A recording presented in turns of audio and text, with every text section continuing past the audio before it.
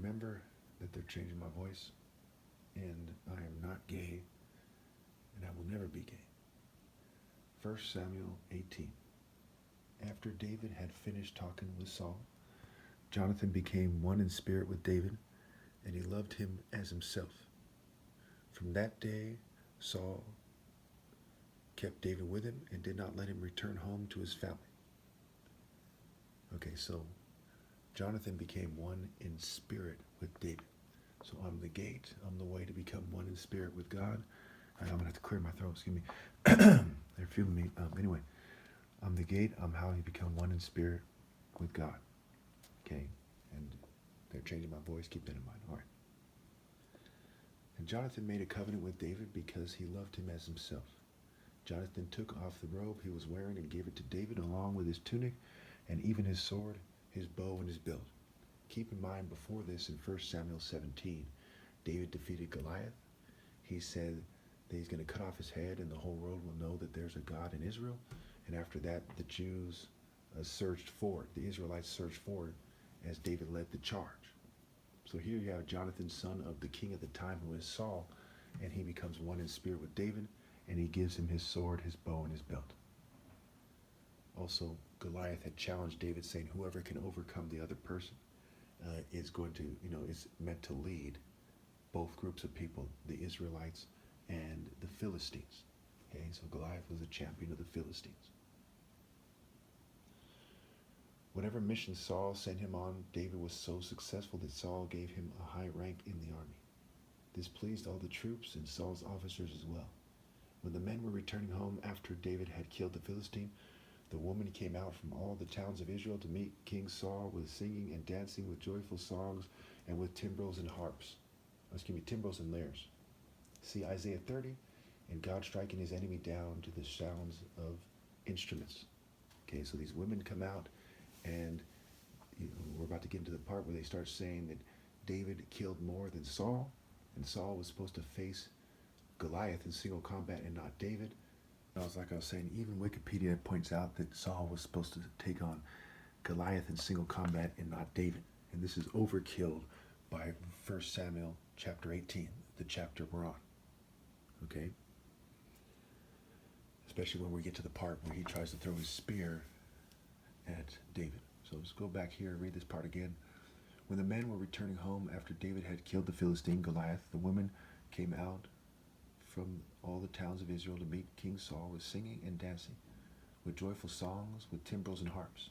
Again, see Isaiah 30, and God striking his enemy down to the sound of instruments. As they danced, they sang, Saul has slain his thousands, and David his tens of thousands. Saul was very angry. This refrain displeased him greatly.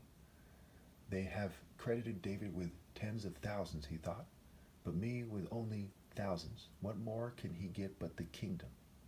And from that time on, Saul kept a close eye on David. Okay, so notice he's jealous. He's in an evil spirit, and this allows the spirit of the devil to come through him because he's walking in the way of wickedness along the paths of injustice. Okay, and he's the gate of the devil as a king of this world especially. All right. And from that time on, Saul kept a close eye on David. The next day, an evil spirit from God came forcefully on Saul. He was prophesying in his house while David played the lyre, as he usually did.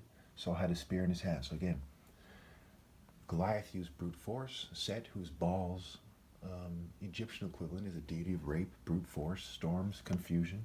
Okay, especially rape by deception, what have you. Organized rape by deception, the psychological construct especially. Okay, so the spirit came on him forcefully. So it's coming from a demon of force.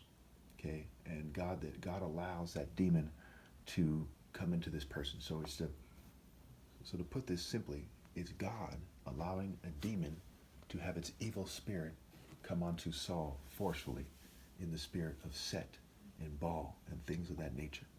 Okay. So Saul had his spear in his hand, and he hurled it, saying to himself, I'll pin David to the wall. But David eluded him twice, right? Agility, nobility, and ability. That's part of why they fume and poison me and edit my videos, so you don't see that agility and hand speed and foot speed and intelligence in my martial art form His martial arts are a form of expression. And the Lord is a warrior. The Lord is his name, Exodus 15:3. So martial arts are the highest form of divine martial expression. That's why it's called a spirit. Spirit and spear, it. And so Saul had an evil spirit, and David had the spirit of sound judgment, which allowed him to elude Saul throwing his spear at him twice. Saul was afraid of David because the Lord was with David, but had departed from Saul. That part is key as well. So he sent David away from him and gave him command over 1,000 men, and David led the troops in their campaign. In everything he did, he had great success because the Lord was with him. When Saul saw how successful he was afraid of him. But all Israel and Judah loved David because he had led them in their campaigns. Saul said to David, "Here is my my older daughter Merab. I will give her to you in marriage. Only serve me bravely and fight the battles of the Lord."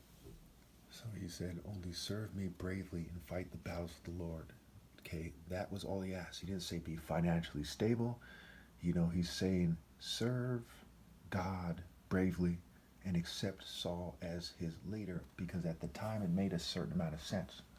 Okay, if Jesus comes back, should the president, and of course Christ come back, should the president say to him, "Hey, accept me as your leader"? No. Okay, that's inappropriate. So at the time in this story, it makes a certain amount of sense, but it's still wrong. Okay? All right, where we're here. For Saul said to himself, "I will not raise a hand against him. Let the Philistines do that." But David said to Saul, "Who am I, and what is my family or clan in Israel, that I should become the king's son-in-law?" So when the time came for Merab, Saul's daughter, to be given to David, she was given in marriage to Adriel and Mahalalah. Now, obviously, when we look at this thing, it is clear that my family is actually the most exalted family. It's just not acknowledged as such. So it was with David, where he's actually above Saul, but they're not acknowledged. He's not acknowledged as such. And that's pointed out in the chapter earlier, where it says that they were singing that Saul has slain his thousands and David his tens of thousands. So he was honoring God more. That's also why even Wikipedia says that Saul should have faced Goliath himself. So David was the person who was supposed to be king. He was the true champion of God and the true champion of Israel, the person who's supposed to have the most reverent power. Okay? And that's part of why Saul is jealous. And that's part of why the governing class is jealous of me, and so on and so forth. The churches and the martial artists and everybody and their mom these days, So where were we here? So when the time came for Merab, Saul's daughter, to be given to David, she was given in marriage to Adriel of Mahalalah. Now Saul's daughter Michal was in love with David, and when they told Saul about it, he was pleased. "I will give her to him," he thought, "so that she may be a snare to him, and so that the hand of the Philistines may be against him." So Saul said to David, "Now you have a second opportunity to become my son-in-law." Then Saul ordered his attendants, "Speak to David privately and say, 'Look, the king likes you and his attendants all love you. Now become his son-in-law.'" They repeated these words to David, but David said, "Do you think it is a small matter to become the king's son-in-law? I'm only a poor man and little known." Remember, Matthew 6 says, "Store spiritual riches in heaven."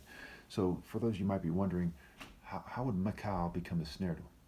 Because he would make a promise to fight more intensely against the Philistines, which Saul felt was going to get him killed. Okay.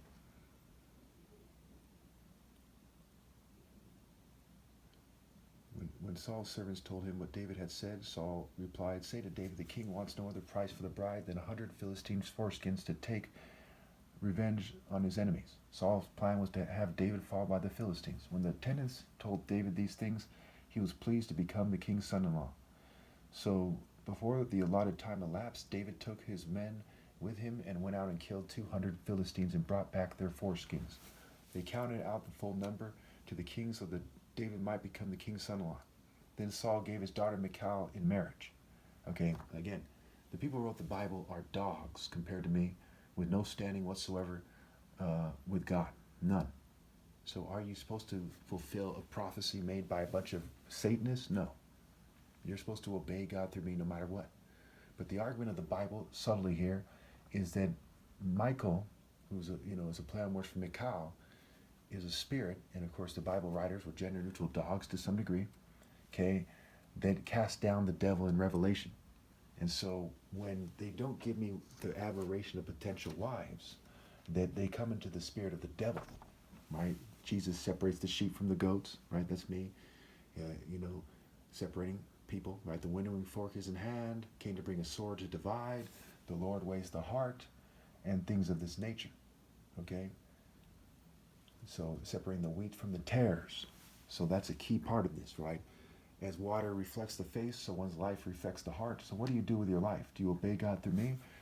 Or do your evil deeds follow you and bring you down? David took his men with him and went out and killed 200 Philistines and brought back their foreskins.